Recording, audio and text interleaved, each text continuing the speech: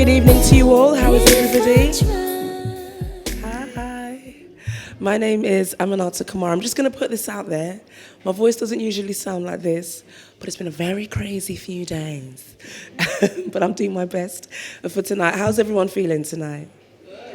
Good, good, good, good. I'm not going to shout. I'm going to just please be patient with me today. But yeah, I hope you all have a wonderful, wonderful evening. Welcome you all to And Still I Rise. This is a fantastic event put on by Tara Monroe and her team at Opal 22 to celebrate us as black women. It's Black History Month. It's a time for us to come together, to talk, to keep it real, to laugh and be everything that we are, and to celebrate all of that and so much more. Now, is anyone here on Clubhouse? If you're on Clubhouse, just raise your hand. All right, cool. Now, Clubhouse, for anyone who doesn't know, is a social media, you can call it a social media space, but it's basically audio-based. And I tend to spend a lot of my time on Clubhouse, but I never really go on the stage. It's similar to this, but it's in a virtual space, and it all happens audibly. And people go on the stage, and they talk, and they share, and a lot of it that I find can be very argumentative, and lots of shouting, and but sometimes there are really constructive conversations. But today, I want us to do something a little bit different to probably what we might see on Clubhouse. I want us to speak, but also listen. Listen to the other voices within the room. You know, I'm someone who really loves openness and vulnerability and honesty, and this is definitely a place where we're going to do all of that and so much more. How does that sound? All right, cool. So by way of introduction, as I said, my name is Aminata. I'm a radio presenter. I work for BBC Radio Leicester. So this is very different from me. I'm usually sat on a desk, headphones on. No one can see my face. So this is very different. But again, it's a pleasure to be with you all. So I'm going to do my best and introduce tonight's guest. We have 4 fantastic panel members from completely different walks of life, 4 black women with powerful stories, very inspirational journeys, and who are going to feed us with so much information and life today. Our first guest today was the first black female professor in the East Midlands, and she now works as a professor of sociology at the University of Nottingham. She's also worked right here in Leicester. This was in the early 80s, but she's since gone on to do activism work, social justice work, and working for inequality as well. She's also the founding member and chair of the BLM movement in Derby, so it gives me great pleasure to introduce you to Cecil Wright.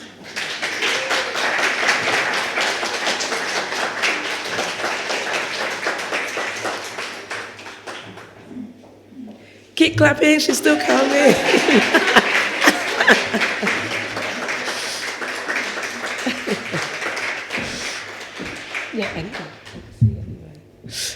Our next guest tonight, now this is someone who I've had the pleasure of having some really intimate conversations with. She's a mother, daughter, sister, and wife. She's an all-round powerhouse, navigating life as a businesswoman, DJ, writer, singer, and most of all, a mother of award-winning artists. She's a lifelong believer in the power of creativity, and since moving from London, she's achieved so much, and there's a lot more to come as well. It gives me great pleasure to introduce you to Debbion Curry.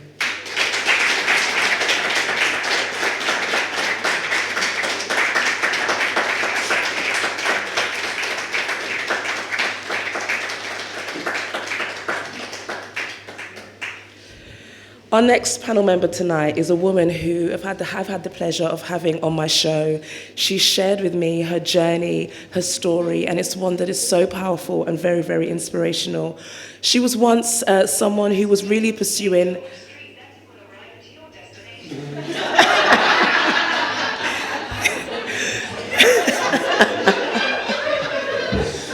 Tell Waze you're here, you've made it, you're here. It's all good. No need to worry.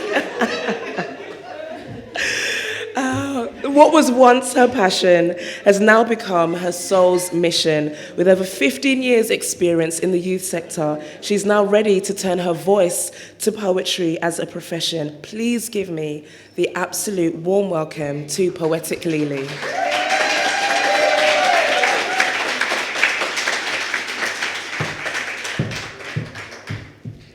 All right, my fourth and final guest, having secured 7 Grammy nominations as one half of London's female neo-soul duo Floetry, singer, songwriter, and poet, the Floacist, aka Natalie Stewart, is here with us tonight. Oh, Natalie.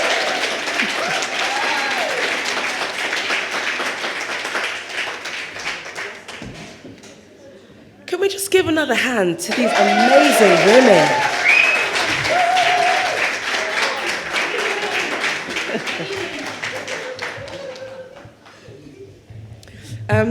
We're kind of going to go into it. We've got a mixture of conversation and music and artists and creativity. We're going to have a wonderful, wonderful night tonight. And I'm pretty sure there'll be opportunities for you to chime in, ask questions, and, feel free to share as well. So before we go anywhere further, I kind of want to start by saying, we're asking you all an individual question.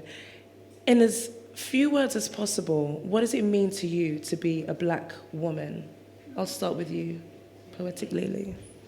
Empathy, empowerment, love,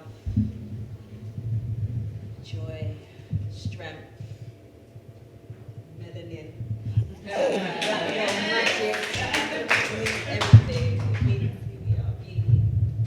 Absolutely. Resilience, you've said strength, community, family, worrying, sometimes burdened, but creative, and always, ultimately, hopeful that things will get better.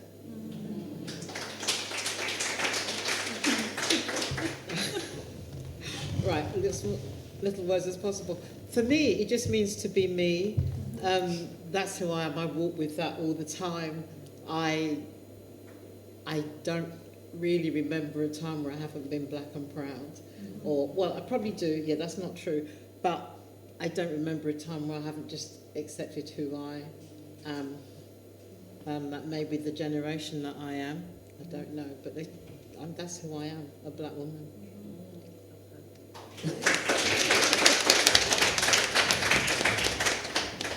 Very interesting question. First of all, what size are those? That's part of being a black woman, you know what I mean? I like those. I would have to say, more than anything, it's like a VIP club. It's a legacy. Yes, absolutely. I agree with everything. I don't want to repeat anything. I don't remember a time where I didn't think that this was the top blessing. I got that some people might not get it, but that's what I say, that's the VIP, is to be this.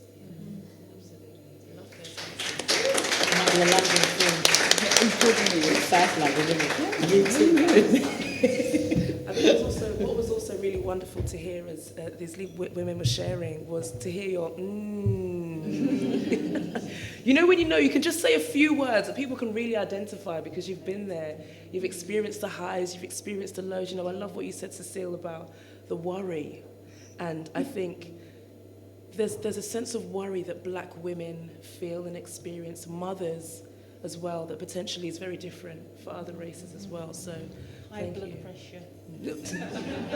I didn't want him. I want to come to you, Debbion. Just in terms of progression of black women.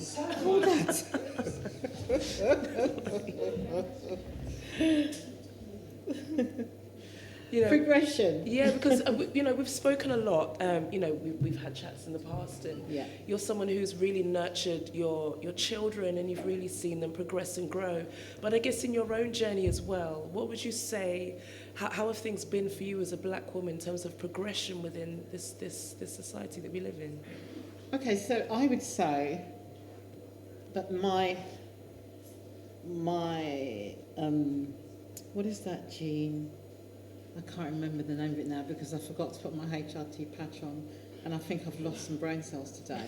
But that thing of not quite believing. What is that thing you all talk about, young people?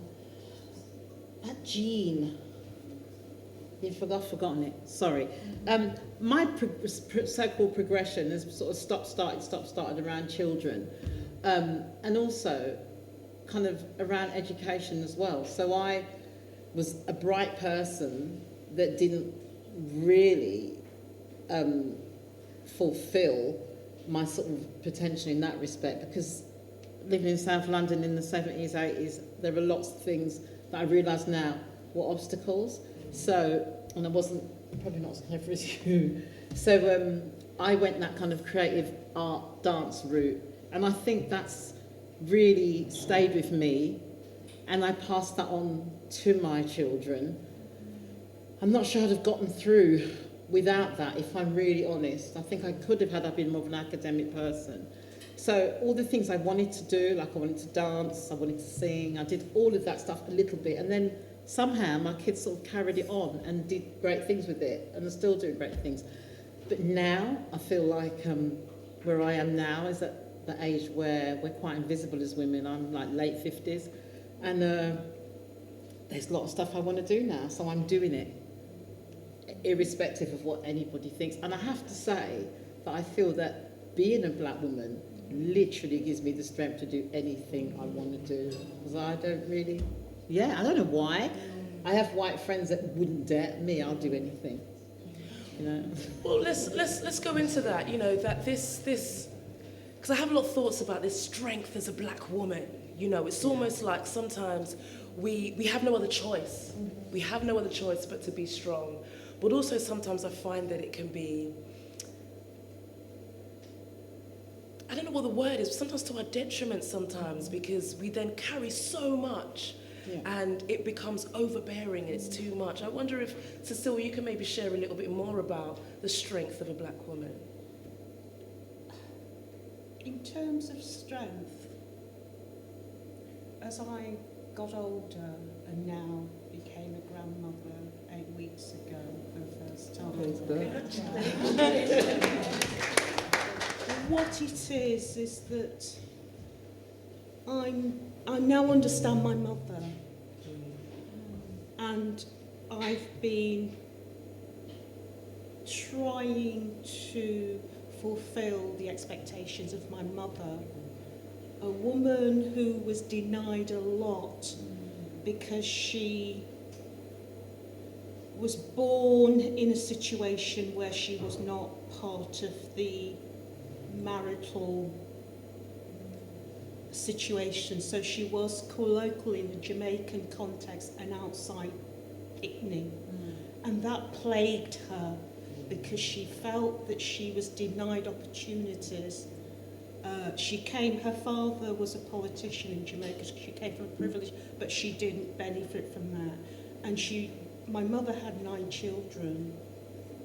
I'm the eldest of 9 children, 7 were girls.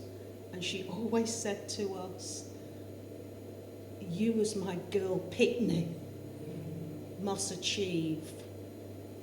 I'm hoping that it's not all about fulfilling my mother's expectation, because my mother has since passed.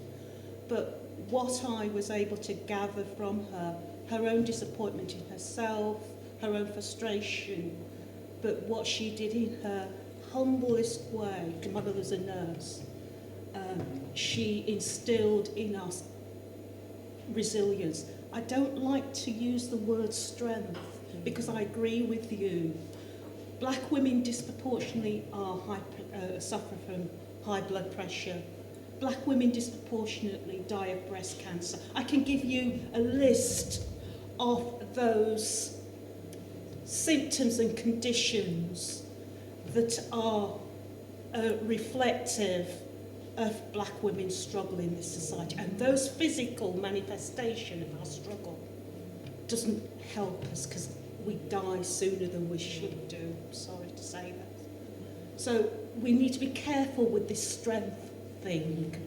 I prefer to use the word resilience and how we use our situation and find ways of navigating and acting and finding solutions either within our community, within our families, or within ourselves, or amongst other black women.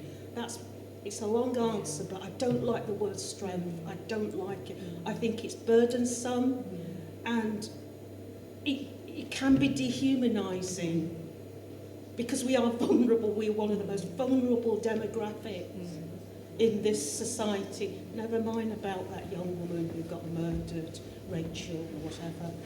Black women get taken upon, beaten up figuratively in society as part of our daily existence in many ways. So I'm dubious about the concept, the notion of strength being linked to black women, because it means then people can throw at us what they want and do what, because we're going to take it. And to me, it conjures up a notion of slavery and accepting. But that's just my perception. Just to follow on, during the pandemic, I had a bit of a health scare, and I didn't feel strong. I felt really, I didn't know where to go with it. And I decided to write to 5 or 6 black women that I knew and said, you lot need to support me. And they didn't know each other. Tara's one of them. These women didn't know each other. They all just knew me. And I cannot tell you how brilliant that has been for the last year. We've all supported each other. These women that haven't actually met, but we have got that thing in common. And I didn't want to be strong, and I knew that these women were not going to set me up to fall. They were not going to tell me I was a strong black woman. They knew I was scared. Does that make sense? Oh, 100%. Whereas everybody else was acting like I was this, this strong. Yeah, so I agree with you. It's bullshit, really. I'm in agreement. You had a term where you spoke about choice, and I do believe I have a line I have a lot of songs and poems, but a particular line that says ability to cope is a gift, not a test. Absolutely. Yes. And to be strong when you need strength is a blessing. Vulnerability is a strength when it's necessary. 100%. Absolutely.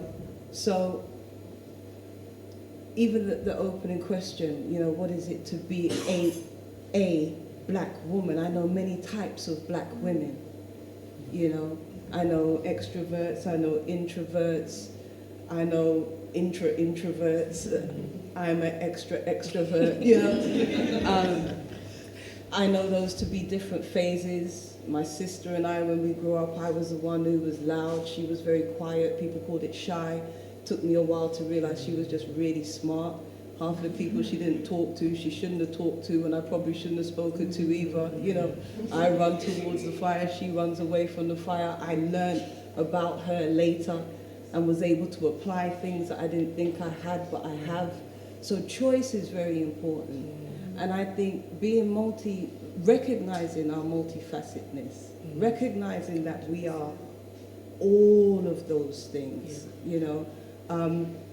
recognizing that we have the ability to respond and that we have so many incredible examples. We've got examples who did real bad with it, a grandmother that you can't talk to no more, an aunt that you just want to, I'm going to say it to her, why do you talk to me like that, and it doesn't ever make sense because she's never there for that, because you don't get what she's been through, and you're trying to bring her to where you are, and if she ever told you where she, there's so much to us, and I think that's a very important aspect, is choice, and is recognizing that the ability to cope is a gift. It's a blessing. It's something that to have that resilience, to have a well to draw from, to know how to pray when you need to pray, to know how to act when you need to act, and to have examples, good, bad, and indifferent, of people who've managed to survive through extremely trying times, much more trying than now, differently. So, not to say that it's not trying now, because, every man feels that his burden is the heaviest, and it truly is, So choice, and recognizing that the ability to cope is a gift. Absolutely. Yeah. Absolutely. These ladies are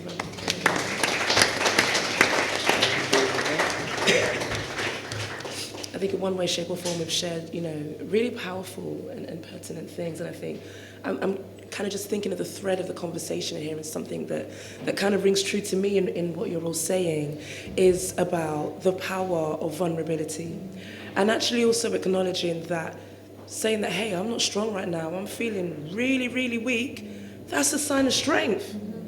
It's difficult to say I'm struggling and being able to embrace that. And I think as Black women, I would love for us to just step into that, so much more. And I know Poetic Lili, and a lot of the work you do, in addition to your poetry, is very much about giving women the freedom to do these things. Tell us a little bit more about that. I know you're going to perform for us shortly, but I think, the work that you do in giving a space for these conversations to happen, I think is really powerful.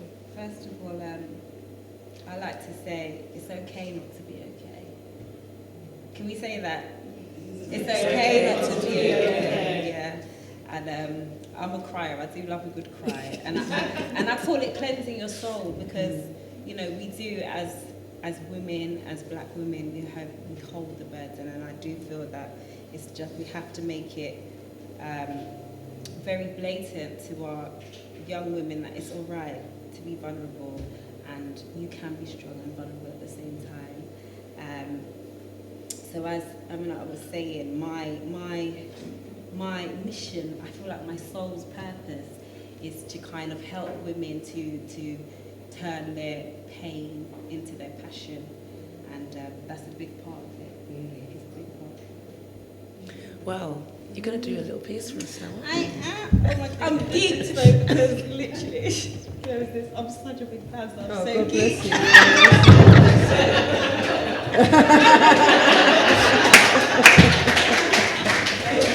I was going to actually sit where you are. Yeah, come on. Oh, yeah, you see? Libation. But I like to say we move. We move. Hopefully that's not any electrical fault. Okay. I hope this can inspire you. I do ask God to use me as a vessel before I write every piece. So.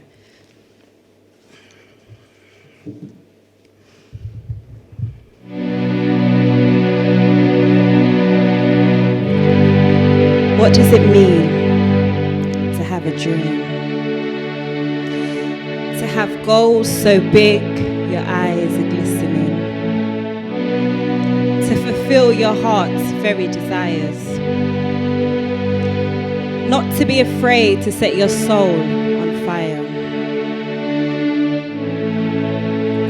What does it mean to have a dream? Yes, I can do this. If I just believe, then so be it, it can be achieved. What does it mean to have a dream? What if I no longer know what I want to be? What if I can't see what I want to see? Be still. Let your heart speak. For every soul is deserving, and every soul has a purpose. See, it may not be discovered yet, but chase your dream instead of living with regret. Don't get lost in the source. Life is like a long course. You're forever learning. You just got to learn to go with the groove, preparing you for your next move. See, it's not about having something to prove. It's about being true to you. I challenge you, before you leave this room, I challenge you to feel brand new. I challenge you, when you leave this room, believe that you can do all that you truly want to do. I challenge you, when you leave this room, drives you? What is your why? And how will it define your life?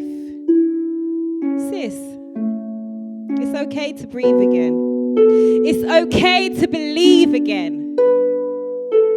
It's okay to begin again. It's not everyday Instagram likes. How can I like myself in real life? Every win is still a win. Can we find that drive from within? You're here for a reason. You're here for a reason. Let this be your new season. Just how Snapchat might update itself, who's to say you can't increase your wealth? Start by upgrading your mental health. Everyone in this room has a story to tell. What does it mean to have a dream? What does it mean to be seen? The possibilities are endless. We've just got to be rid of our negative thoughts. Give them a chance to rest.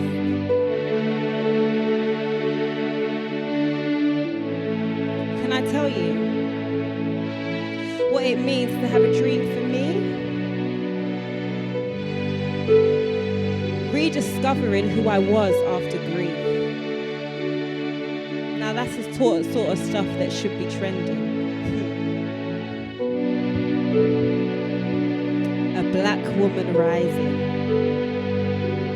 A black woman rising. She found her wings. She used what had broken her to find a new beginning. Torn between perception and reality. How many times I allowed grief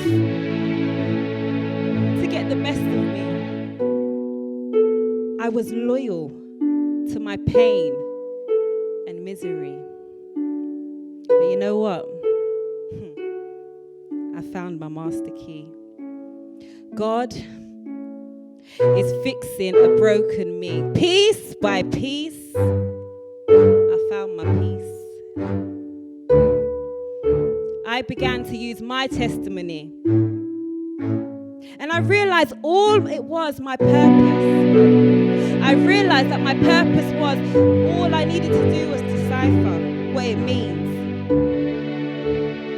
What it means to have a dream to me. To believe. And girls, ladies, queens, all I want you to do is believe that you can have a dream too.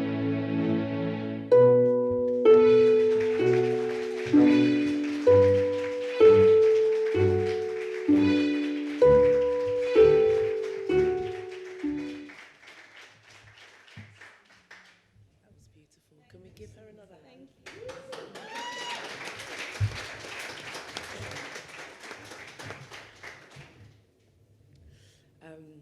That piece really got me thinking.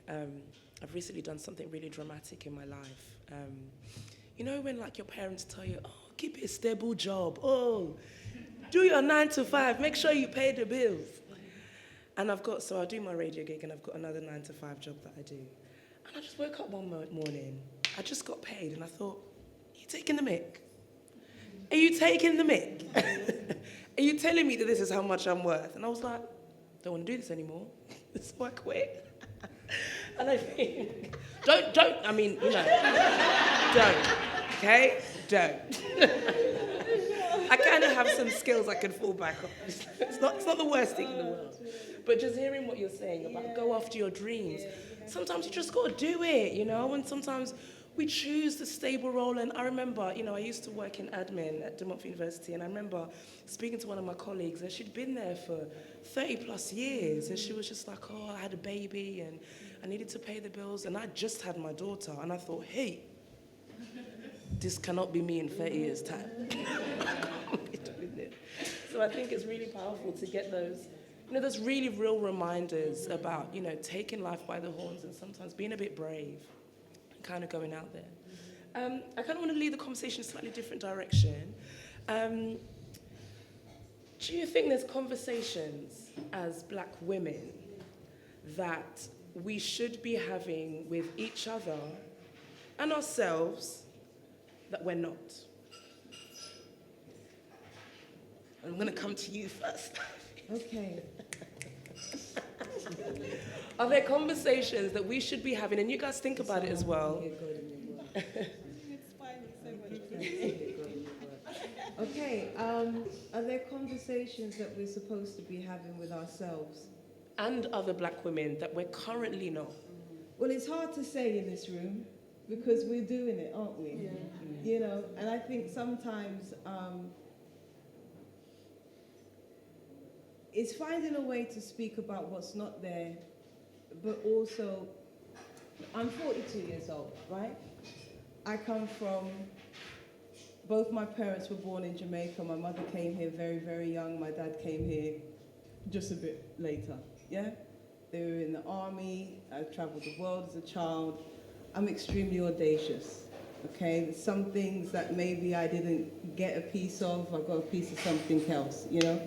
But I feel very much that I'm of the generation moving forward that is supposed to be solutionary, right? I believe that we stand on the shoulders of revolutionaries who did an incredible job, an amazing job. So I'm very for the solution, you know. I'm for talking about the problems, I'm for seeking the problems, I'm for digging deep, I'm for pulling out the pain, healing. I'm all for God. I'm all for understanding that that is the guidance that we should be listening to. I think there's more so than just conversations with each other. I think we could all do with recognizing prayer. We've been through a trendy time of meditation. Those things aren't the same thing. Prayer speaks to our vulnerability. In prayer, you call for strength and coverage and guidance. So yes, I think there are conversations we don't have, but we're having it today. I think there are conversations, honest conversations to have with ourselves. I think breaking habits is very important. I think it can be a lot to pave new paths as well. You know, you may be of the generation that isn't suffering. You may be of a generation that is recovering. You may be of a generation that is renewing, that can be lonely. You can sometimes, you know, you may have a room full of people who are like, yeah, girl, and you just don't feel like that, you know. How do you manage to be a part of everything and not maybe be burdened? You know, maybe you don't feel oppressed. Maybe you don't feel trodden. You don't have to be, that is not our identity card. You know, you don't have to be in pain to be a black woman. You know what I mean? You don't have to have a problem with your dad and issues with your... You don't have to have all of that. It's a very deep privilege.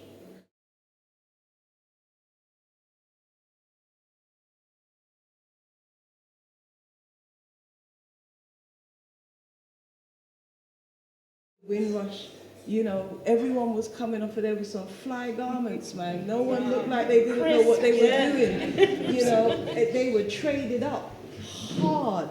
You know, they were tailors, they were nurses, they were doctors, they were builders. We do not have just a history of not have. It's a lot of storytelling. So reclaiming your story, speaking your strength, speaking your truth, honesty, you know, I think is very important. And being okay with being okay. Because it's okay to not be okay. Absolutely, it is. We're to strengthen each other, to strengthen ourselves. That's a part of life. But being okay with being okay is a part of life too. And celebrating that, celebrating people's abilities, celebrating what they've got, where they're coming from, who they're coming from. You know, I've got a set of grandparents that when I hear a voice like that, I'm here, because it's just the regalness, the passion, the audacity, connecting to that too, because sometimes it's fed back to you a different way. Nikki Giovanni says, you know, she has to tell her own story, because if she doesn't, people are going to be like, she's poor. She grew up poor, and they're not going to talk about the food, they're not going to talk about the dance, they're not going to talk about the prayer, they're not going to talk about the energy, you know. So I'm not very good with short answers, but yeah, I think there are conversations we're not having, there's conversations we are having, but I think that we're being guided in a great way. I think it's a really pertinent thing you say, you know, about being okay. About being okay. And I think it's really, you mentioned this as well about sometimes wearing the suffering as a badge of honor. I find that sometimes, you know, you be in conversations in rooms and people are talking, and sometimes the black identity is so heavily tied to suffering and pain and difficulty. And sometimes that can become like a big part of who we are. Cecil, I can see you nodding there. How do we, because I know you've also done a lot of work with Windrush, and you've kind of seen the generation go through. What kind of, and maybe what kind of conversation should we be having more of? Well, I concur with lots of things that you've said. I'm not quite sure, but some of the things I think we as women in here need to be considering is how certain identities are imposed on us and what is acceptable. Black female identity. So the issue of colorism is a conversation we should be having to those who present images about us through the media that is invoking a hierarchy of black womanness and what it is to be a black woman.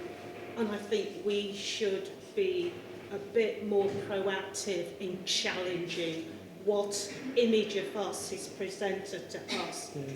And I wonder anecdotally whether some of the difficulties that younger black women, because I'm not a young black woman, but I read and I'm aware of research, the extent to which their resilience is being eroded.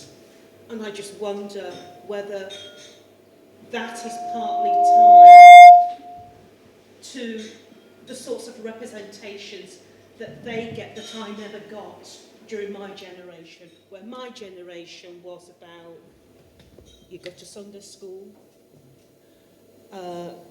it takes a village, so if you saw Mrs. Smith in town and you didn't say hello before you got home, who'd tell you that you turn woman? That you don't say hello to Mrs. Smith. So I think the complexity in terms of what our younger women have to cope with, perhaps we didn't have the same range of complexities. The other thing is, I don't know whether we're always supportive of each other. Do you see, I really, I get, my son, you can tell that, I mean, academic side, I don't answer the question directly.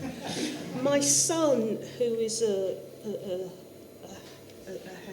teacher, head of maths at his school in Nottingham, for their Black History Month, he did a short video in which he spoke about important issues in his life, and he used me as a focal point. I was quite taken aback because I didn't expect to be hearing those things. Well, I don't expect to be hearing the sort of things that he was saying, because it's likely that those things are said about me when you're dead, so you don't hear your children. No. And one of the things he put up was that in 2013, I was one of 10 black female professors in the country. And his colleagues said to him, "Why doesn't your mother talk about this and feel proud? And he says, my mother would never feel proud. In fact, she feels quite ashamed because there should be more. There should be more.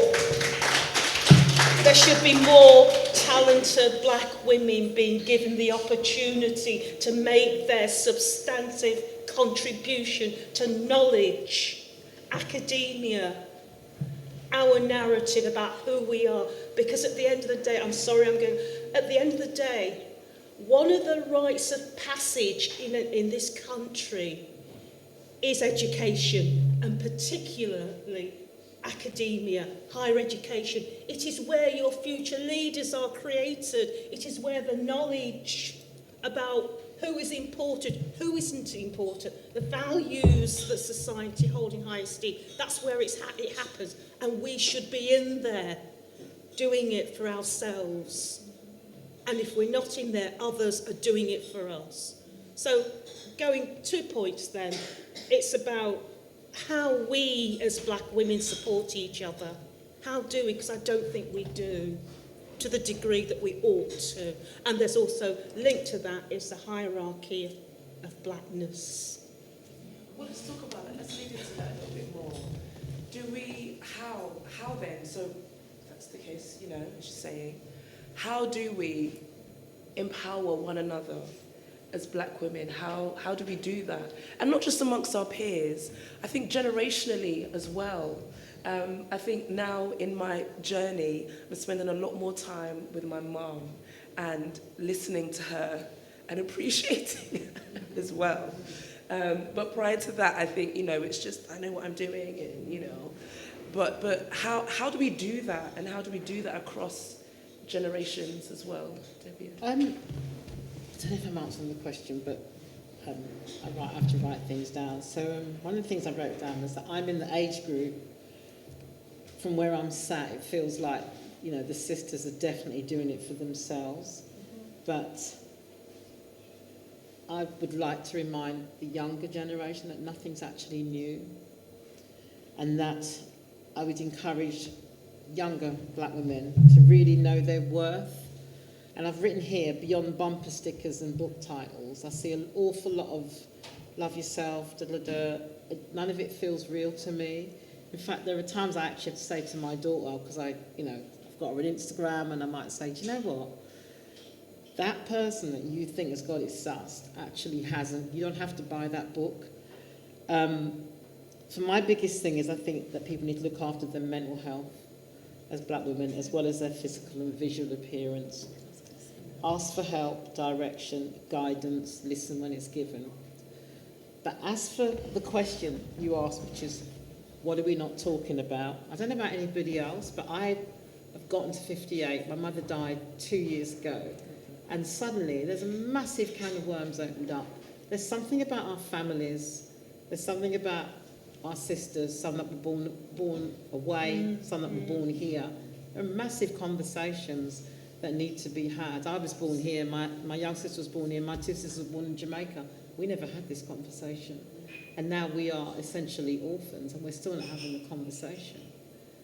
There is something in there about us as a generation of sisters, our families, where we're just not quite getting. I don't know if you can relate to what I'm saying to it. Good. Yeah, It's almost like, and then you feel alone all over again. If that makes sense. I know I'm talking a little bit, but that's what's going on for me. I think there are conversations that I'm having with my friends, but I'm not having with my own sisters and my own family. Is that an intentional? And I guess I'm opening up to all of you. Is that an intent? Maybe for yourselves as well. Is that intentional that there's a lot that we don't share? Does this maybe come back to this idea of strength and not wanting to come across as weak? I know, sometimes for our parents' generation, oh my gosh, there's stuff that my mum tells me that she doesn't tell her peers because it's a thing of shame, and not wanting to, you don't want this family to say this thing, and there's all this hiding.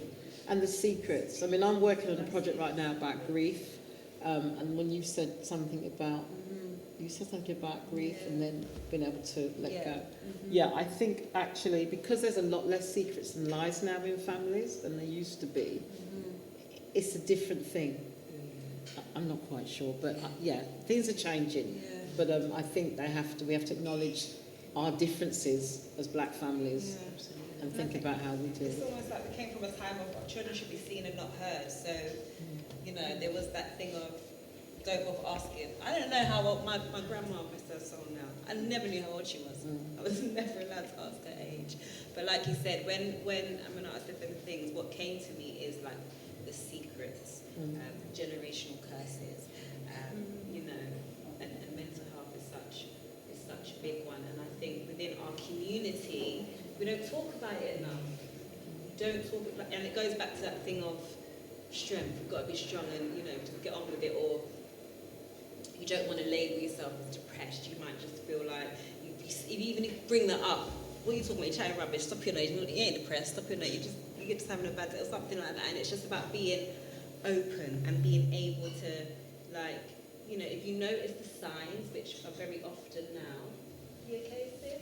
Like, it's okay. Like, how you doing? Even simple words like, how you doing? Just giving one another an open space to just have them vulnerable conversations. Do you think there's been some information missing along the way when it comes to understanding mental health? I think from a cultural perspective, I find within the black community that sometimes, again, probably going back generationally, as you say, oh, just go lie down or go and, sometimes the fact that you're going through stuff is just dismissed as, oh, just get on with it, or, we can do that. Is there something deep-rooted that maybe there's been a lack of information that maybe us as black people have missed that other cultures potentially have more of or not?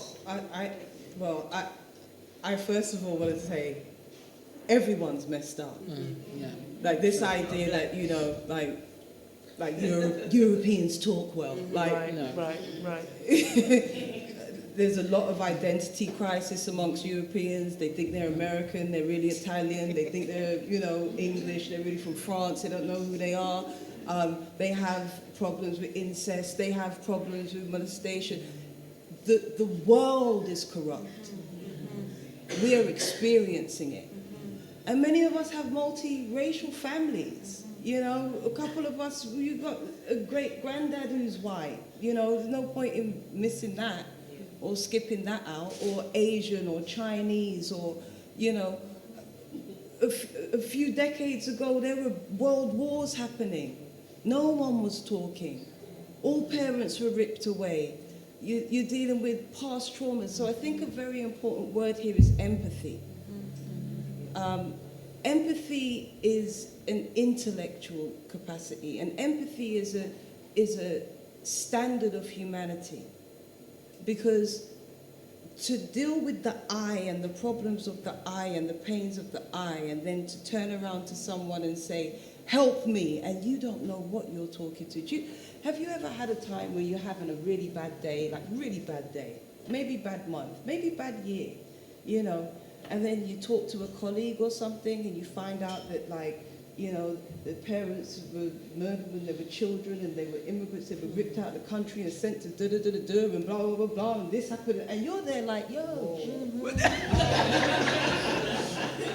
It kind of rocks you a little bit, because sometimes your dad that didn't treat you properly, you've got no idea what his 0 to 9 was, or your sister who's, you've never asked me how I feel, was molested when she was 4 by someone she sees every Christmas. You don't know that, and empathy makes you start to find reason for things and to connect to be able to take history and geography and all the things you know about the world, and oh wow, my grandmother was born in 1923. That's just a little bit after the First World War. I wonder how that impacted the people that she was raised with. And so all this intellect, being Western and growing up in schools where you've got all these books that they're terrible because they ain't telling you the truth, but they're telling you a little bit of something. Most of my intelligence did not come from school.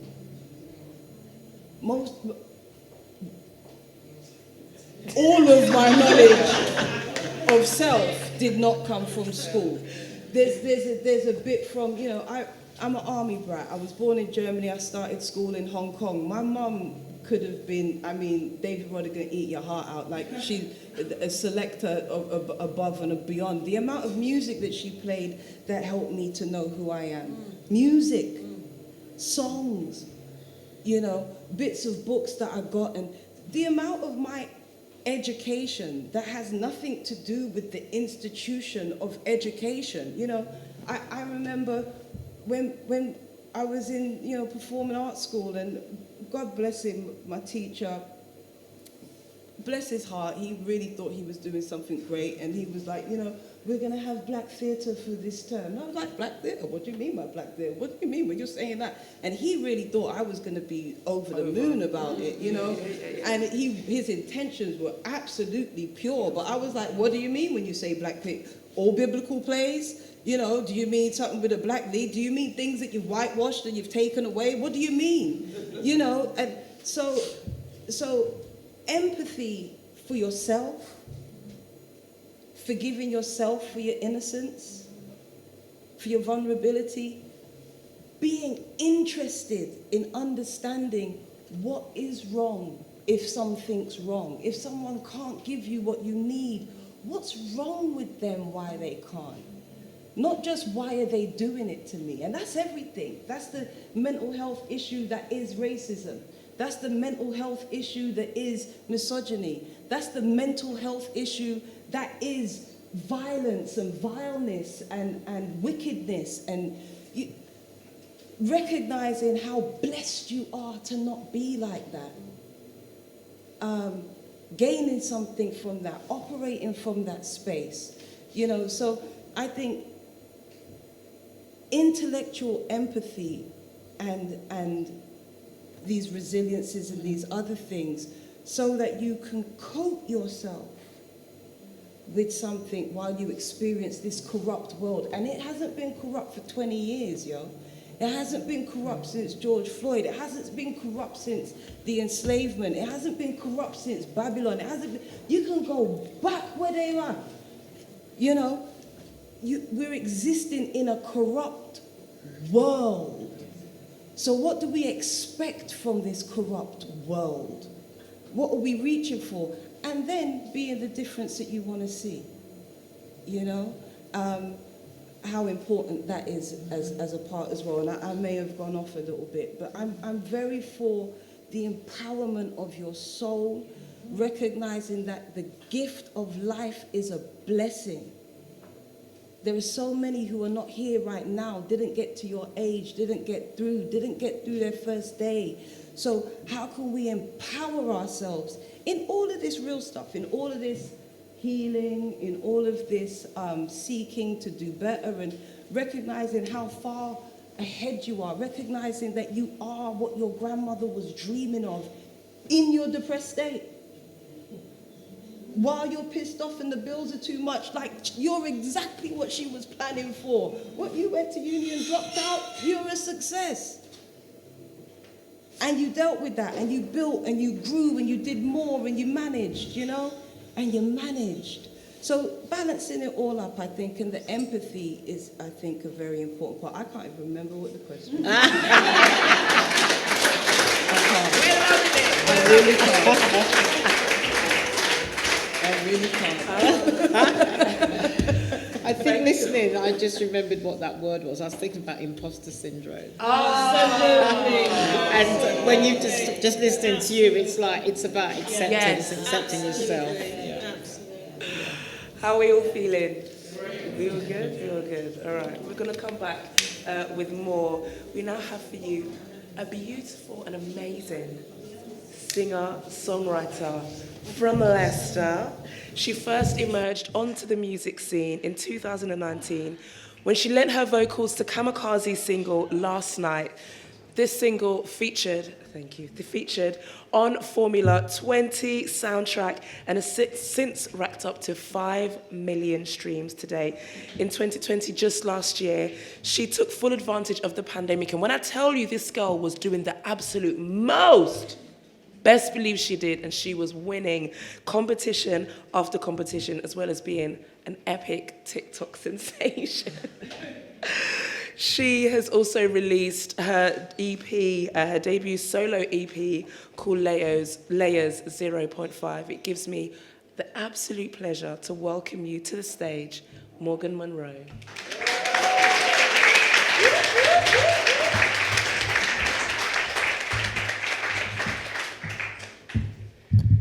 Hey guys, I'm gonna sing a song for you today that I actually wrote last year, I think it was, when we was in, the pandemic was happening, we was in lockdown, but it was also like the top, the most important thing was it was BLM, and my mum sort of challenged me to say something, but I don't think I'm very good at speaking, so I put my thoughts into a song, and this is what came of it. It's called How Long? How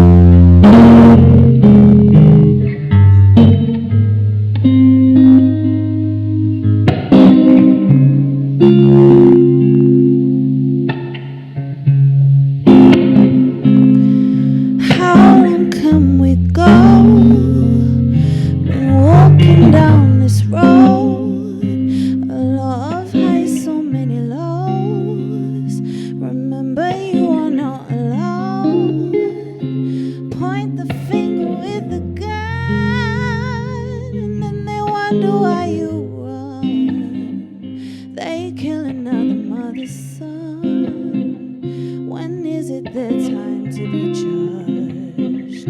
This kind of pain is not deserved. How many lives have to be served? If the shoe was on the other foot, would they think twice before they cause more hurt? We will never give up until we get our freedom. If you stand with us, you're standing for a reason. Make a better world. If you have a voice, let it be heard. If you have a voice, let it be heard, let it be heard. Let it be heard. If you have a voice, let it be heard. Let it be heard. How long can we go? Been walking down this road, a lot of highs, so many lows. Remember, you are not alone. Point the finger with the gun, and then they wonder why you run. They kill another mother's son. When is it their time to be judged?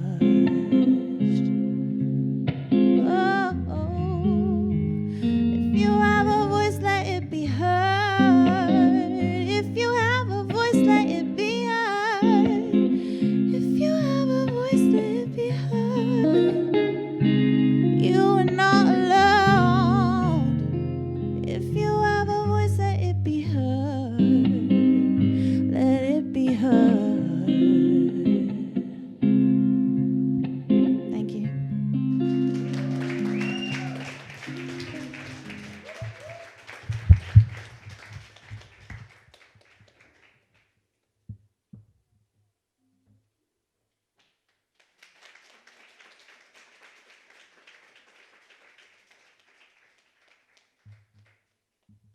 Morgan, you're really teasing us there.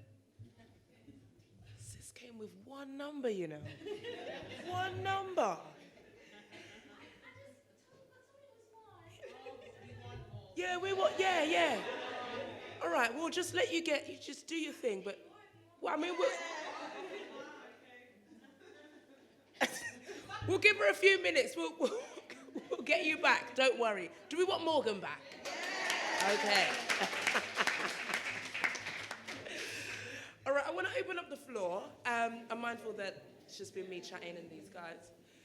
Any questions you want to throw to our wonderful panel sat here today? Or maybe any contributions or thoughts you want to share whilst being here? Feel free to just raise your hand. Go hand in the back. Hey, Mama. I just want to go back to what the ladies were saying about not talking. A few years ago, I worked for a Caribbean day center. That really opened my eyes. It's true what the ladies are saying. We don't talk enough, and we don't talk enough to our families. Now, I was in a position to have to go to places like the bank, the doctors, blah, blah, whatever. And I'd explain to them, be careful what you were saying to the authorities. Because they refuse to give this information to their family. This is the family that's going to end up with all the problems when they're not around. And I took so much stock from that, and I could say to myself, you know what, I'm not even going to think about going down this path. Because if you say to them, why don't you say this to your daughter? Why don't you say, oh no, when I tell them nothing, they want to know too much. And I'm saying, it's your family. You need to let them know what's going on. And they found it to be a real big problem. And it's true what you're saying. We don't talk enough, and we don't talk enough to our own people. But we will go and talk to a total stranger about everything.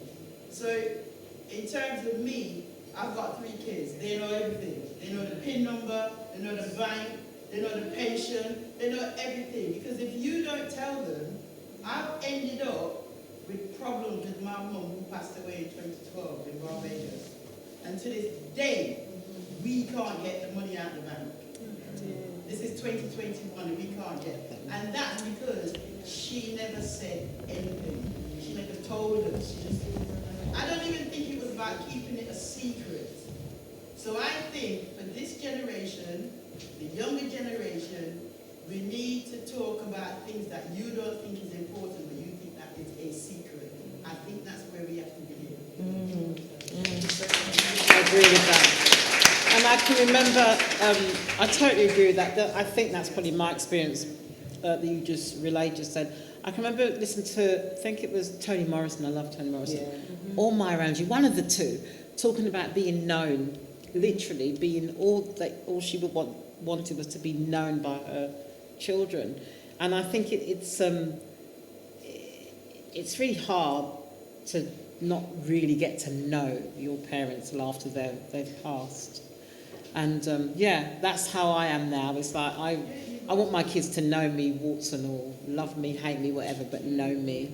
And I think that's when you ask the question about what we're not talking about. For me, as I was coming up at my age, it'd be different whatever generation you're in. Yeah. What was coming up for me at my age now was, oh my God, I'm right at the end of this. I'm in the front now. My mum's gone. I just need my kids to know. Yeah.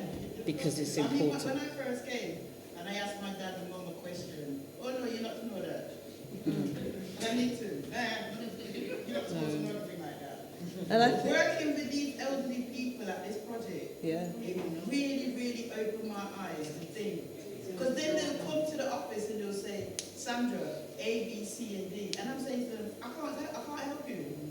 You need to go and talk to them and ask them. I said, I can't go watch that information. Are you Sandra? You're Sandra, yeah. I kind of came to the conclusion in the end it was to do with self-worth. And in the end I thought, well, if you don't value yourself, then you may not value what's yours. That's what I got with my mum in the end. I knew that my mum loved me, but it's something to do with self-worth. It's like, I can't value you because you're mine. So I have to... I think that's the way they were brought up. Absolutely. Yeah. But it's interesting, isn't it? Because you have so many characters in a family. Quite often the talkers can be too much. I was just about to say that. So there are people. Too much. And as black women, we need to learn how to keep our secrets in the house.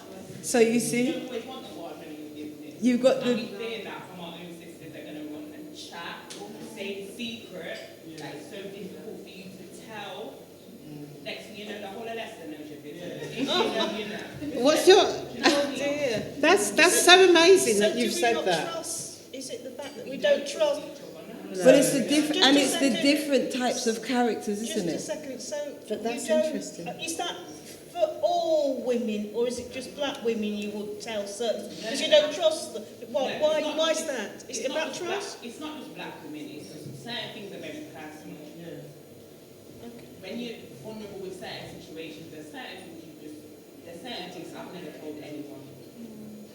So it depends on the nature of that. I feel like we need to learn how to push through toxic behaviour, which is you have to be careful who you vent to, because every room has a vent. And then now that one person you vented to somebody else.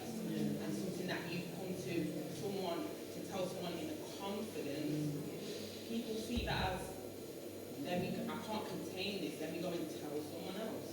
That's the whole thing. Once that's happened once and twice, that's something that can scar you enough to never want to reason with your sisters on a certain level, because this is why, some things are not to be shared. and I think the two examples are exactly why I think, yeah. Some people don't talk enough. Yeah. Some people talk too much. But actually, that's why.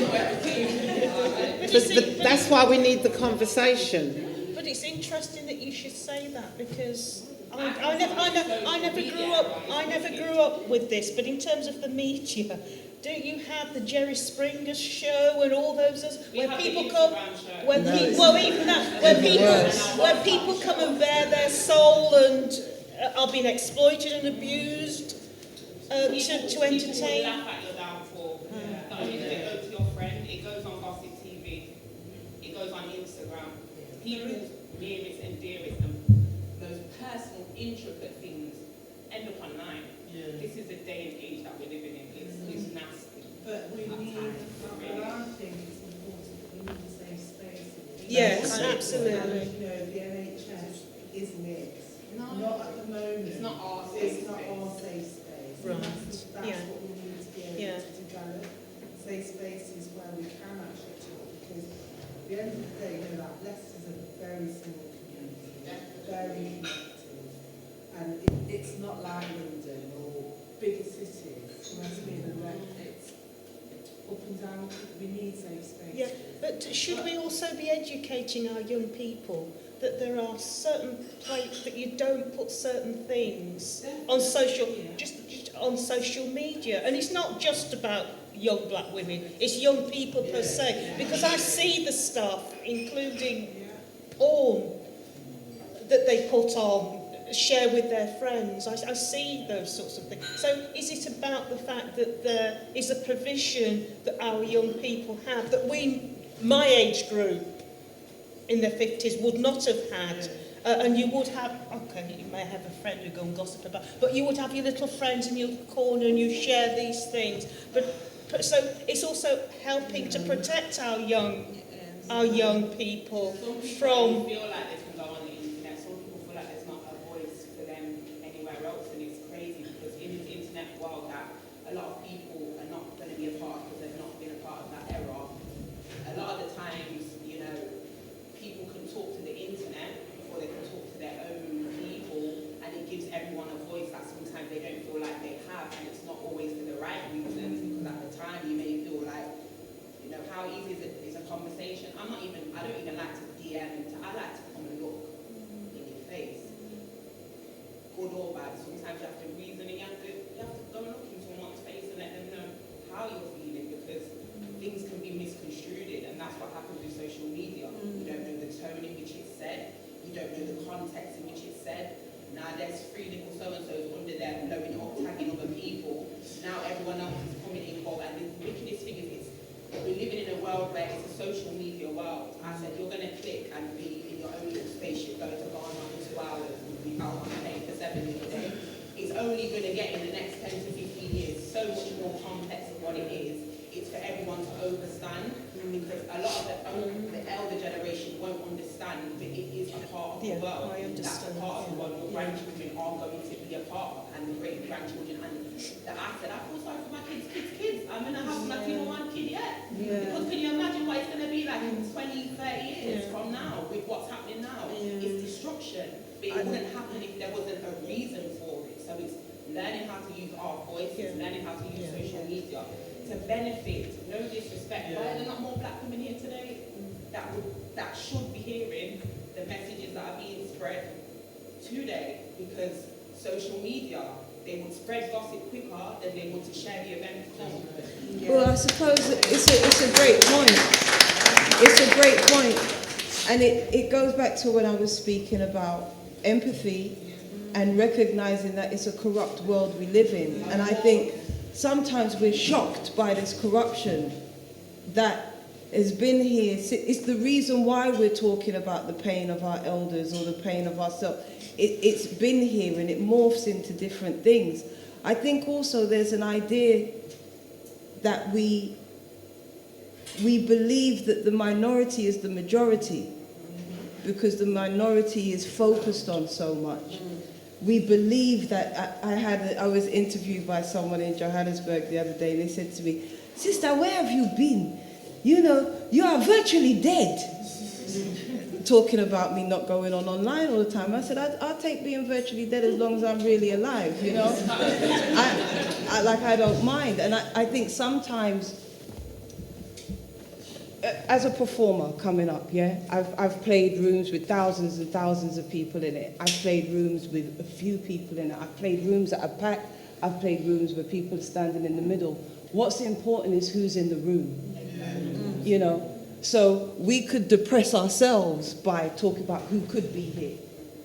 But there's a reason why we're here. And there, no, I feel you, sister, and I really do feel you. I really do feel you.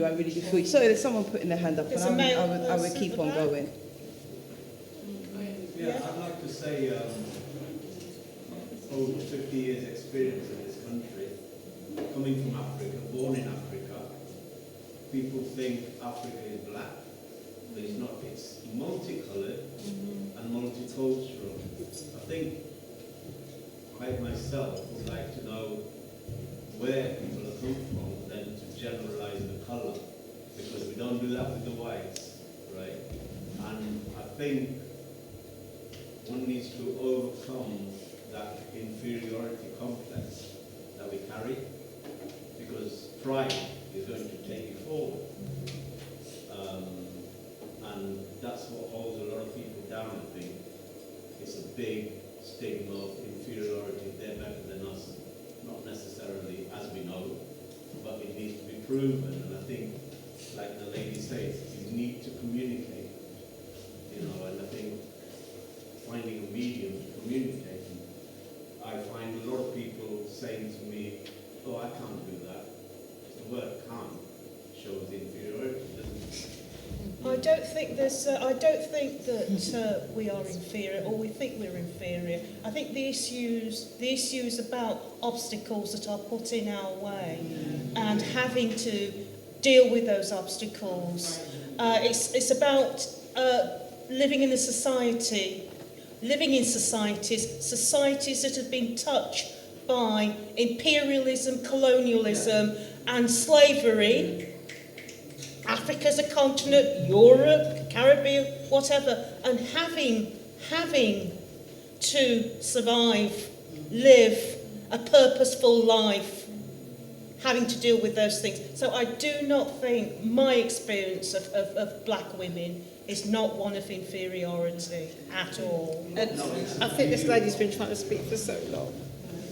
Sorry, I was kind of going back to the lady's point. I think, also to your point, that I think we have to be careful about the stories we tell ourselves. So like even hearing you say that your children's children are going to be in this kind of a world where they're not able, I guess maybe what I heard you say anyway, was that they're going to be in a world where maybe they're not able to make these authentic connections. Yes. I think we have to be careful about what we say, and I think we have to also be really careful about how we show up.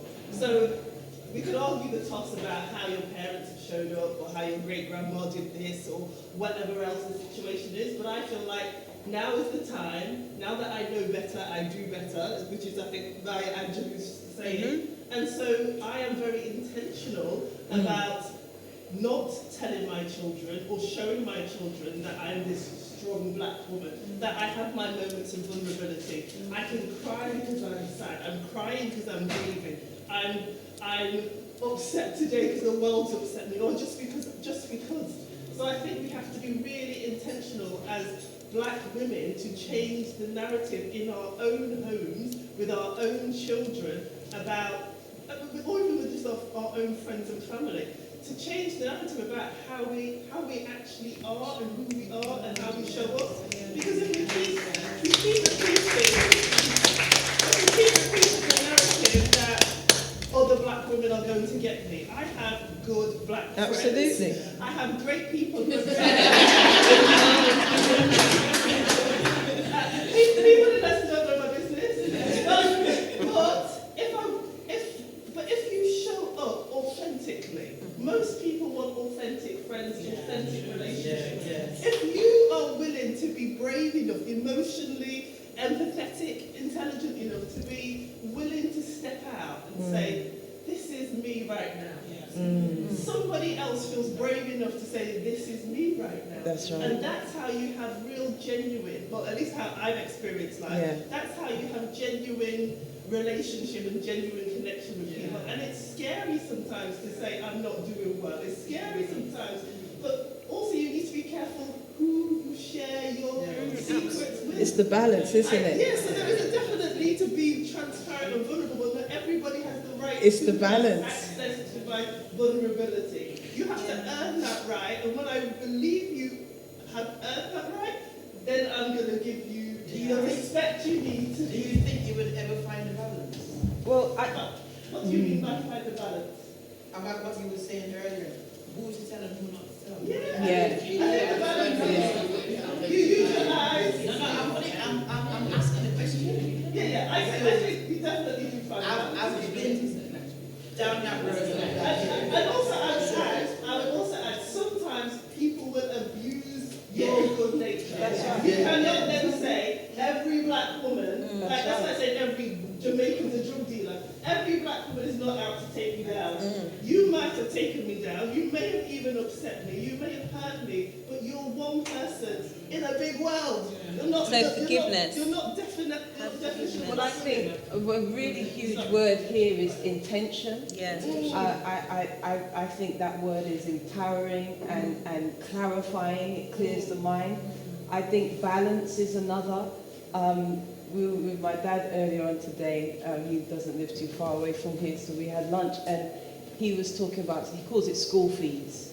Yeah, like certain experiences in life, you can have a loss, but if you learn from it, it's school fees. You know, if you don't learn from it, it's a loss. You messed up. It's terrible. You'll never get it back. Boom, boom, boom. If you learn from it, it's school fees, and there is a part of it where you do have to learn. Some of the bad habits we're talking about, they were in extreme. So yes, don't not talk to anybody. That's an extreme. But there was something in that. There was a reason why that person was doing that. They were trying. There's some trauma that's occurred. Why now? You know. So how do you better that? I remember when my grandmother had a stroke and was in her final year of life. She had a stroke, and it was almost like, I'm coming back to the word that you had, worry. You know, it was almost like the lid came off. Yeah, You know, absolutely. her language went out. She couldn't speak anymore. And the Christmas before that, I'd been sat at her feet collecting stories. Oh, I had stories from when the eggs dropped in the morning before she went to school, to her and her brother finding money and buying sweets and not telling their parents about it, and everything true to the car that needed fixing and the taps that needed changing. You know, they go back home with the taps from Debbions, and then they can forget to send the tap back now. The house is heavyweight and all that, but everything that needs changing is apart from Croydon, you know. And so she told me all these stories.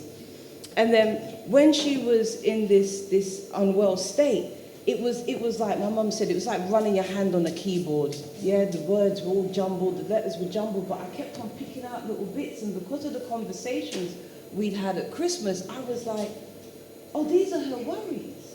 I remember that story. And I made a vow to my grandmother that day. I said, Grandma, we worry too much. And I know it's in me, man. I know it's in me. I know it's in Mum. I know it's in my sister. I know it's in my aunt. I know we got it. It's here.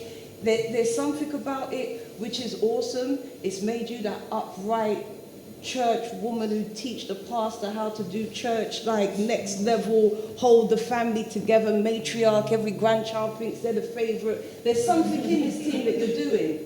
I'm not going to throw the baby out with the bathwater, but it's on me to tweak this thing now. I don't have that responsibility you had. I'm not living in that generation you were living in. I am the dream that you were having. And I took it on. And when I tell you, I said, Grandma, I understand there's a difference between putting something aside and letting it go. And you're showing me right now, this is your offering to me that if I stay on this route, this is how it goes. You go from the woman tall up here, 5'10", blue rinse, don't play, carrying it all, and then it turns into this. It bubbles over. For her at 79, it bubbled over. For others, it bubbles over earlier. So I took the responsibility, because there's the corrupt world, and there's how am I going to experience this corrupt world? What responsibility do I have on how I process this thing? Who I talk to, who I don't talk to, how I talk to who I talk to, how I deal with other people's trauma versus my own. Why am I giving you this thing to hold and I can see you can't hold your own shit? What am I burdening you with? Do I need to give it to you? Do I need to give it to God? What am I doing here? So I think intention is humongous, and balance can be found.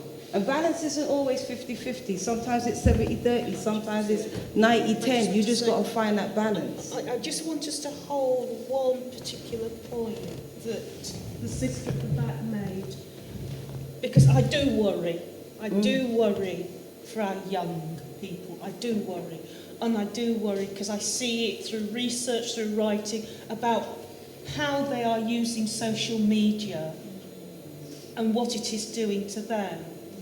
And I think as women, as black women, I think we must find a way of reaching out to young people and get them to look at how they use this platform and use it in a way that is not going to be destructive and damaging to them. I think, and that's not about intentional, it's just the way in which a generational thing of communicating, that getting a like on Facebook, or is that Facebook old now? Yeah. Probably, right, okay. Passe, right, okay, Instagram, can I passe. touch on that? Sorry. I've got a 15-year-old daughter, Yeah. I'll just touch on, I think it's about instilling self-worth in oneself. So even when I speak to the young people that I work with, I speak to my daughter, I just reason with her because, you just got to keep it 100 now. It's about, I try and say to her, don't seek validation. Confirmation from oneself and from the Most High. Don't seek validation and from a you. Like. And from you. Of course. Yeah. So I think it's getting that balance. And I'll say to, you seeking validation and then you seeking confirmation, you know the difference. You know the difference when you've done like this, what I've performed today, that's confirmation. I know that how I feel. Me posting my little selfie, doing my little, So how are we raising our daughters? How are we raising our daughters? And our sons. How? Well, because we're talking about women here. How are we raising our daughters? I don't have any daughters. I had 2 sons. But how are we raising our daughters? It's interesting because you said earlier how we're all vastly different, and that's what's good. We're all black and we're all different. I mean, I'm still here resonating with the 2 women here because there's something about, I think you're talking about trust. There's something about being able to walk through the world and trust yourself and trust others. And I'm a lot older than you, and I think for me, in answer to what you were saying, because I get what you were saying, it kind of sounded kind of old-fashioned as well to me. Some of it was construed slightly from a response, but it's fine. And it might. Well, for me, I grew up in London. You were saying that Leicester's a very small place. I lived in Leicester for 25 years before I moved out, so I get it. I kind of get that thing of you can't be an individual, you can't be anonymous here. It's different in a smaller town. But I think my way of tackling that is just I will give you any information because I'm not scared of what you're going to do with it. Do you know what I mean? And there's kind of an old Caribbean thing of like, you know, susu and keeping things to yourself. Sometimes it's actually the worst way. Just be you. Just does that make sense? That's how I tried to do me, and yet I had sisters that did the opposite, that kept things. If that makes sense. Because we have a blending of cultures here, you see, because we're all talking about our cultural backgrounds, and we're all British. We're in the West. It's very different. So there's a blend, you know, like we all drop back into our patois, our Igbo, our whatever, you know, that kind of has the undertone. I had a best friend in high school that what made us best friends is that we were both Jamaican Windrush descendants, and everybody else was nasty. That was our friendship. Look at her, man. Yo, did you see that? Did you see what the teacher just did? And you know what? It was a saving grace, Dred. I tell you, it was a saving grace. Because while we were young enough that everything could just be nasty and none of us were dating or doing anything nasty ourselves, so we could just pass judgment on the nasty world, you know. And then that judgment became like the grid of our matrix. And then it's like, are you going to be a hypocrite now? Because remember, you've been calling people nasty for 10 years, you know. So did you not understand? Is it, oh, it wasn't nasty. Sorry, everybody, for calling you nasty. Or is it nasty? Are you now going to be nasty now that you're older? And I think this is what we're starting to realize is there's a blend of cultures. There's a lot of things that are very British that nasty, right? That you wouldn't do. Or you couldn't do in whatever your background is, whatever your pristine heritage is. But now you're British, you know, so don't chat nothing. Chat, tell your business, you know, you can't talk to anyone. Do therapy. People, you know, carrying houses on their backs. I've had a bad day, breaking down. You know, you've got this mixture, it's a blend of identity. And sometimes, you know, you're real Jamaican, but you don't know the national anthem, Dred. You don't know who the Prime Minister is. You've never actually made rice and peas for real, you know. All your peas are out of tins. No, seriously. No, how Jamaican are you? Did they pick the gunga pea? Do you know what a plantain looks like? Do you know that a mongoose, what you thought it was a bird, didn't you? Like there's some things where then you realise, you know, every Prime Minister, back to Margaret Thatcher when she interrupted your school, you can sing God Save Our Gracious Queen, you make a heavyweight chips and know how to batter your fish. What is the whole reality of your who you are? Claiming all of it. The gentleman back there said that Africa's multicultural. The planet is. The planet is multicultural. You know, so recognizing what box we put ourselves in, recognizing what labels we put upon ourselves, recognizing the limitations we give ourselves, being able to articulate your full self, like, listen, Dred, I love Appleton and Ray and all them things there, but, oh, is that a pint? If you're both of them, you're both of them. What does that mean? What does that mean to you? What does that mean to your children? You had parents who may be very heavy-tongued Jamaican. They felt a little bit different about going in to talk to your school teachers. They felt funny about it. You get in the school and talk to the teachers. You know the system. Don't scream at your son when he comes home with something the first day. You remember what they did to you. Recognize, go in, speak, don't be afraid. Hold your Britishness up. Don't, listen, it's fought for, it's well represented and documented, it's yours. The Burgundy passport, Dred, it's yours. It's not, if you've been school here, you can say where you're born is down the road, all them things that, stand up in it and claim yourself and tell people who you are. Don't let no one tell you who you are and what it's supposed to be and how you're supposed to be. And if you didn't go to church in Jamaica with the fan and all that, don't pretend you did. You know what I mean? You went to the one with the air conditioner that's cold down the road there. Do you know what? Be real about how you tell yourself your story. And and blend it all. And it's been happening for generations. You're not the first. The amount of you that think that your granddad's just from Jamaica, and you don't know, say, his great-granddad's from Cuba, and you don't know that it's only a little while ago that someone was in Ireland. You don't even know that Germany's a part of your heritage.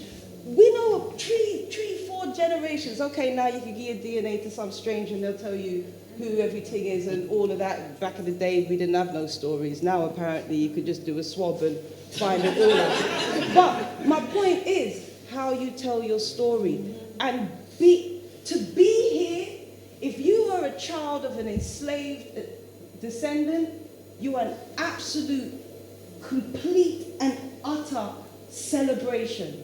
Your life should be being celebrated because Jano, how you're here is a story in itself. And you won't ever know that part. How that survival happened, the traumas that come with that. Now, yeah, we get to peel those off. And we could be excited about that, you know. But be real about it. Again, I don't know what the question was. I'm feeling passionate. You know, I don't know what happened there. I don't know. You know, I think what you're bringing together there, Floacist, is exactly what today is about. It's definitely about this. And still I rise. It's about us as black women embracing every single facet of who we are. You know, and I love what you said about, you know, we have to lead by example. We have to be that person that we want to see. We have to champion. We have to create, because I think what's beautiful about what we're doing here, we're all going to go away. Probably going to tell a friend, going to tell a colleague, might say to your mum, oh, I went to this event. You might say and it has a ripple effect. You know, the impact of the conversation we're happening today, the way our minds are being, you know, transformed, renewed or affirmed. You know, these ideas that we have, they're being affirmed about who we are and where we're going. It's having a ripple effect and it's going to change, you know, our sphere of influence, not just now, but for the generations to come. So, you know, this is a powerful event, and honestly, it is what it is because of every single woman and person and man who is in this space today. Should we have a little bit of Morgan Monroe? Yeah. Let's have a bit. We'll come back in a little while, but come on up, Morgan. She's going to give us a lovely a cappella. Oh, I need to read. Are you performing? I'm doing some poetry at the end, yes. Fantastic. Yes, I'm back. Why don't we let her have the stage? Eh? Should we let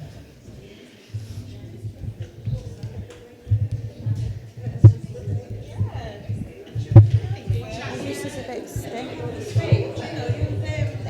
You guys can stay, I don't mind. Are you sure? Yeah.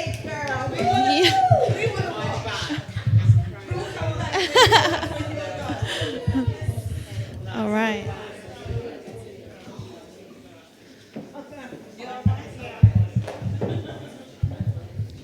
Okay.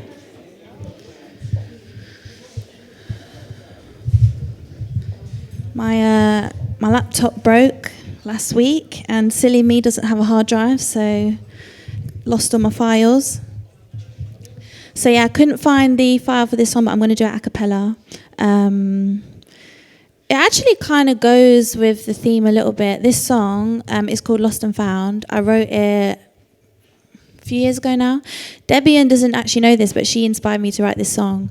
I was kind of like going through the motions of a self-doubting artist, a woman in the industry facing the struggles and strifes, as every woman in the industry would know. And it was all just getting on top of me and making me feel a bit down. And I spoke to Debbion on the phone, and she just sort of said to me, just be in yourself, like learn how to do everything yourself. Don't need to rely on anyone, like find the creativity and your voice and your message and your power within your music. And that's what inspired me to write this song. And it's about basically, I'm not good at like talking about my feelings and expressing myself and asking for support and help. And this song sort of was me just being like the most vulnerable I'd ever been in my music and asking for that within the song. And actually it helped me to sort of find my peace and find my voice and learn that, like what these ladies were saying, like when you're weak, it's actually a strength, and showing it and asking for support and help and stuff is really empowering. So yeah, this is called Lost and Found. Let me get my note.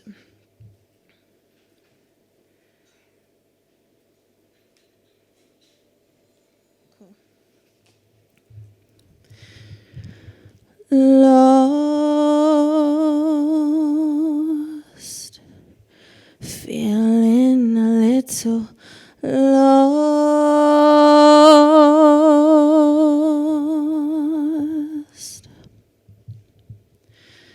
caught between what it is and what it is not. Lost, and what could never be is caught in between. Always the way. Why can't I be good enough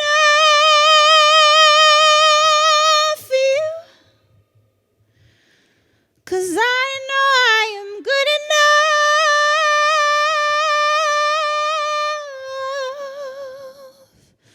Lost, made to feel bad for my emotions. I'd rather not have them. I find it hard to ask for help. Will you help me? I'm asking, no, will you help me? We might not know, but we need each other. Oh, what do we owe one another? Lost, what do we owe one another?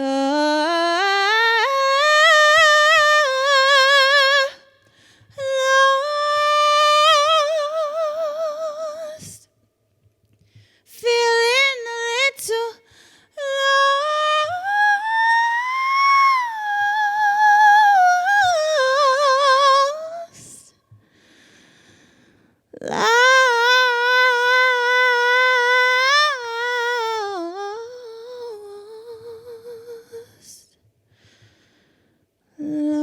Lost, lost. Thank you.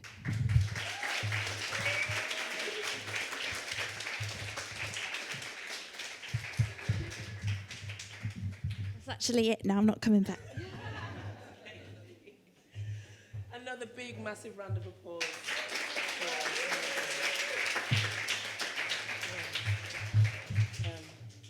Well, this almost brings us to the end of today. I hope you've all enjoyed it. Have you enjoyed it? Yeah.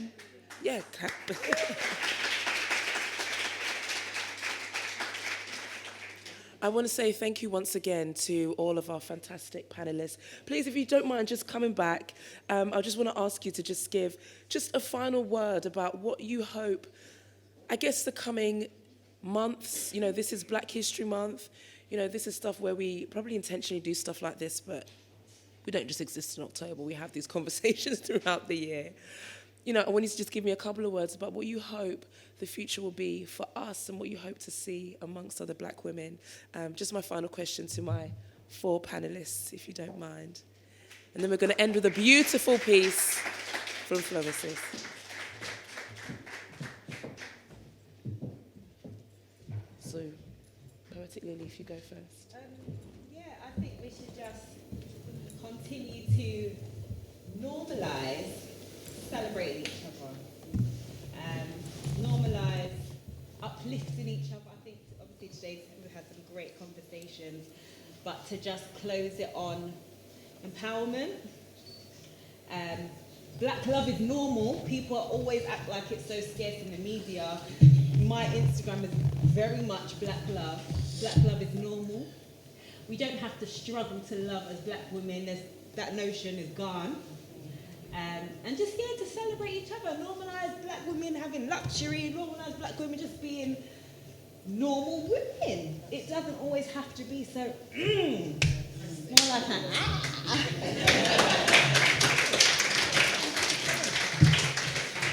I just wanted to say that perhaps we need to talk about celebrating Black History Season. I don't like the month. This is something we should be doing throughout the year. And what I would like is for us to continue with the conversation.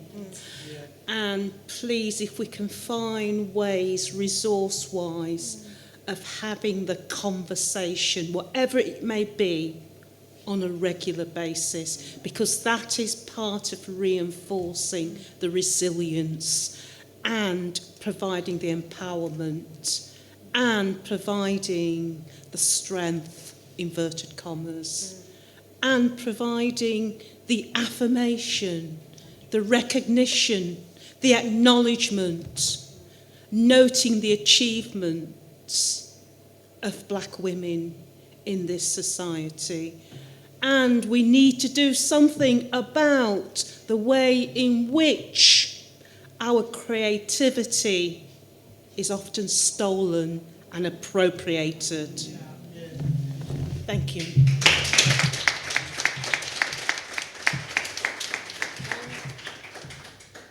I'm not trying to bring us all down. I think for me, I'm going to be reminding myself to kind of set the balance right. A lot of my friends recently, a lot of people I know on social media, have gone off at the deep end about violence against women. A lot of talk about Sarah Everard, and I've found myself having to say Sabina Nessa, Viva Henry, Nicole Smallman, and to remind them that we have to say all their names. So that's me for this year, just not to get carried along by the media stuff. Sorry to bring everybody down.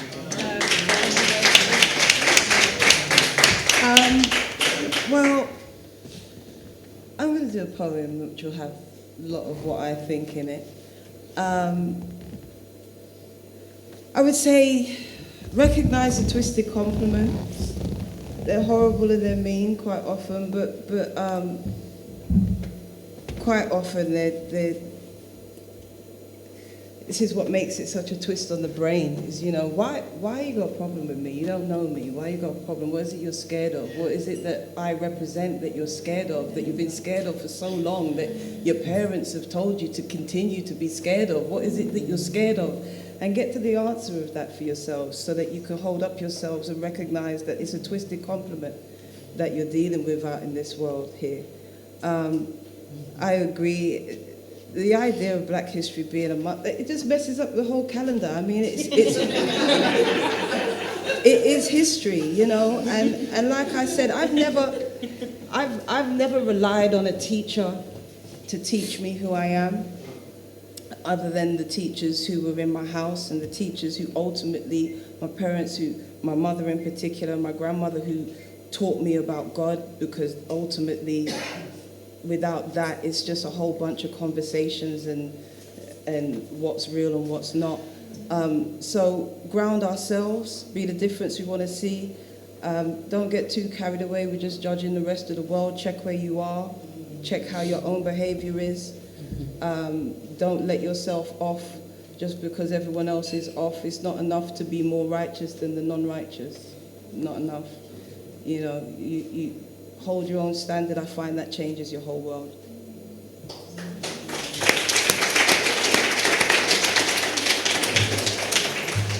Poetic Lili, Cecil, Debbion, and Floacist, thank you all so much for being a fantastic panel. Give them a round of applause again.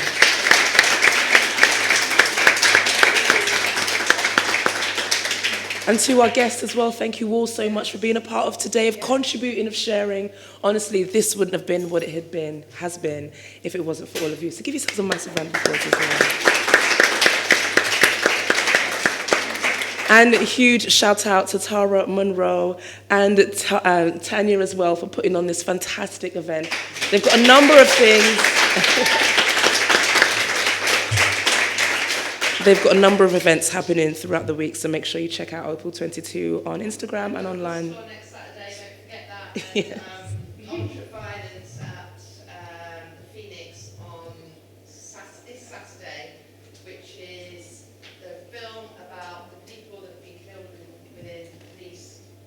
custody over the last 20 years in Britain. It's really powerful. We've got a panelist of one of the family members as well coming up there. So it's at the Phoenix, 7 o'clock this Saturday. Next Saturday we have the Black History Bus Tour on the evening. So just look on YouTube, Eventbrite, and get tickets and come along to it. 2 powerful events as well. So. Thank you. Thank you so much. Thank you for your support so far. It's been good. Yeah.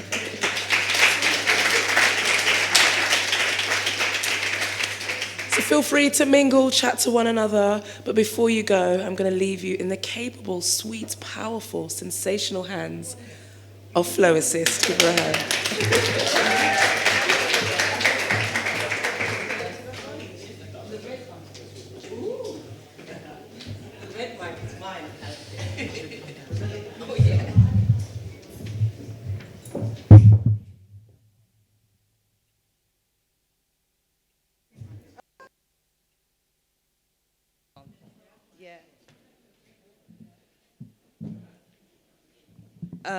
I had an option of sharing old things, and I'm like, no, I'm going to share new things.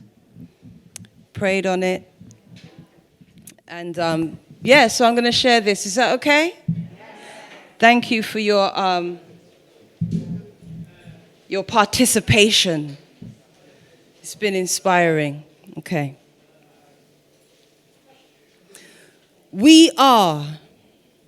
I am wounded and attempting to heal our families, heal our friends, diagnose our foes, whilst cutting off the artery where our royal blood flows, drips, drops, lightheaded during the op, triggered but delivered, can't feel the pain that I forgot.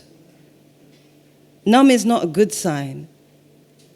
Like being drunk off of too much wine, escaping the mind whilst locked in time. I pray I find the tools I'm reaching for. Weeping, I pour my best intentions into advice. Hopefully I'll heal a part of me if I get it right, because I got mine wrong on a study night. When I was running from responsibility, I chose to fight. I chose to take flight, head in books, overlooking paragraphs. The pictures got me hooked on imagery. That's thoughts I've froze. Too cold. I think my chakras are pleading to be released, because if it's broken, surely it must be open. Over here denying and lying about the state of this token. Let me help you so I can help me. Let me tend to you so I can pretend to be over it, disposed of it. The waste I'll face when I complete my shift. See, accidents are my emergency. Your attention is my insurance. Your gratitude is latitude for me. I appreciate your interference. High on gas, I soothe. Don't be too kind to me. Please, I'll lose control. Let's stay with life support. I dare not try to report my own feelings in my memory. I daren't remember me. Let's stay focused externally. What do you need? I intend to extend my services. I depend on pretense to get over it. You know, that. You know, then. But that's enough about me. Can't let it win. Can't let it out. Can't keep it close. I prefer to ignore all that I propose you listen to. I'm helping you. That's good enough for me.